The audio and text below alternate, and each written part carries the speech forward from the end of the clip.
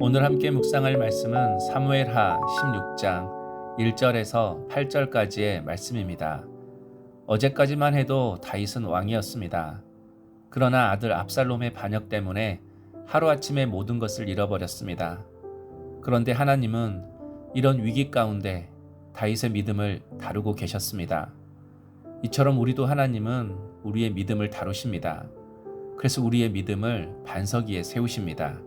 1절 다윗이 마루톡을 조금 지나니 무비보셋의 종 시바가 안장 지운 두 나귀에 떡 200개와 건포도 100송이와 여름과일 100개와 포도주 한 가죽 부대를 싣고 다윗을 맞는지라. 다윗이 도망 중일 때 무비보셋의 종이었던 시바가 찾아옵니다. 그런데 그냥 온 것이 아니라 떡과 과일과 포도주를 가지고 왔습니다. 겉으로 보면 다윗을 돕기 위해 온 것처럼 보입니다. 하지만 시바는 도움을 주러 온 것이 아니라 기회를 잡으러 온 것입니다. 자신의 주인 무비보셋에게는 남아 있으라고 해놓고 자신만 홀로 다윗을 찾아왔습니다.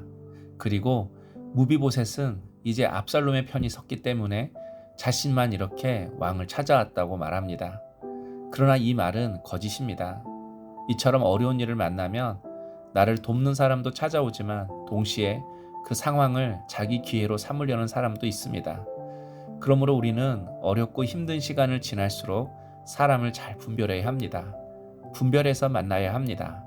3절 왕이 이르되 내 주인의 아들이 어디 있느냐 하니 시바가 왕께 아뢰되 예루살렘에 있는데 그가 말하기를 이스라엘 족속이 오늘 내 아버지의 나라를 내게 돌리리라 하나이다 하는지라. 다윗이 사랑했던 요나단의 아들 무비보셋이 눈에 보이지 않자 무비보셋이 어디 갔냐고 다윗이 시바에게 물었습니다. 그때 시바가 다윗과 무비보셋 사이를 이간질합니다. 무비보셋이 압살롬의 편에 섰고 이제 할아버지 사울이 가졌던 왕권을 다시 되찾기 위해 다윗을 배신했다고 말합니다. 이처럼 시바는 자신의 이익을 위해 거짓말을 했고 두 사람 사이의 신뢰를 깨트리려 했습니다. 그런데 성경을 보면 사탄이 하는 일이 바로 이것입니다. 사탄은 관계를 깨트리는 존재입니다. 사람과 사람 사이를 갈라놓고 서로를 의심하게 만듭니다. 그런데 더 무서운 것은 사탄은 하나님과 우리 사이도 이간질한다는 것입니다. 그러므로 우리를 무너뜨리는 것은 환경이 아닙니다. 때로는 내 마음속에 들어온 거짓된 생각입니다. 그래서 우리는 사람의 말보다 하나님의 말씀을 더 붙들어야 합니다.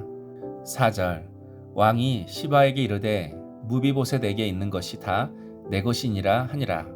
시바가 이르되 내가 절하나이다. 내 주 왕이여 내가 왕 앞에서 은혜를 잊게 하옵소서 하니라. 다윗은 시바의 말을 듣자마자 바로 결정을 내립니다. 사실 확인도 하지 않습니다. 무비보셋의 이야기도 들어보지 않습니다. 곧바로 무비보셋의 모든 재산을 시바에게 넘겨줍니다. 다윗이 제대로 분별하지 못한 것입니다. 시바의 꾀에 넘어간 것입니다. 이처럼 힘든 일이 닥치면 몸만 약해지는 것이 아닙니다. 분별력도 함께 사라집니다. 그래서 우리도 조심해야 합니다. 삶이 어렵고 마음이 무너질 때 이상하게 하나님보다 사람의 말이 더 크게 들릴 때가 있습니다. 감정이 앞설 때가 있습니다. 그러면 결국 조급하게 판단하고 성급하게 결정해 버립니다. 그래서 어려울수록 더욱 하나님 앞에 충분히 머물러 있는 시간이 있어야 합니다.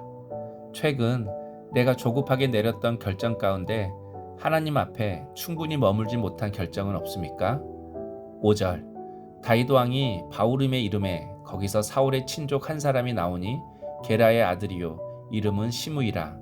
그가 나오면서 계속하여 저주하고 다윗이 도망을 갈 때 이번에는 시므이라는 사람이 찾아옵니다. 그도 사울 집안의 사람이었습니다. 그런데 시므이는 다윗을 보자마자 계속해서 저주를 퍼붓기 시작했습니다. 사울의 왕권을 가로채서 내린 하나님의 저주라고 말합니다. 우리 인생도 그렇습니다.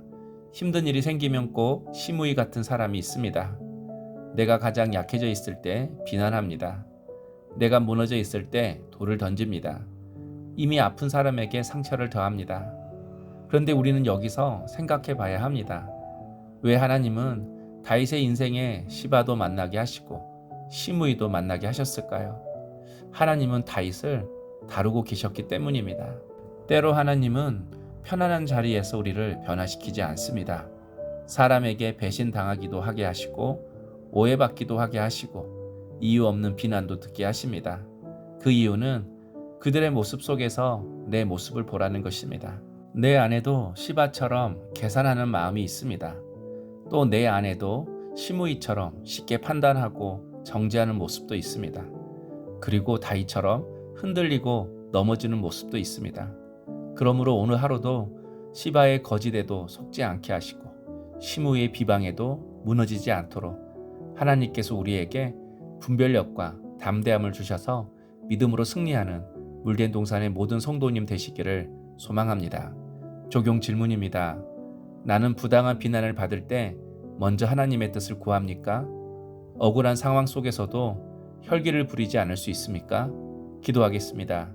주님, 우리에게도 시바와 같은 계산하는 마음, 시므이와 같은 정죄하는 마음, 다윗처럼 분별하지 못하고 흔들리는 연약함이 있음을 고백합니다. 어떤 상황 속에서도 사람의 말보다 하나님의 말씀을 붙들게 하시고 말씀 앞에서 먼저 내 자신을 돌아보며 날마다 하나님께서 빚어가시는 사람으로 살아가게 하옵소서. 예수님의 이름으로 기도하옵나이다. 아멘.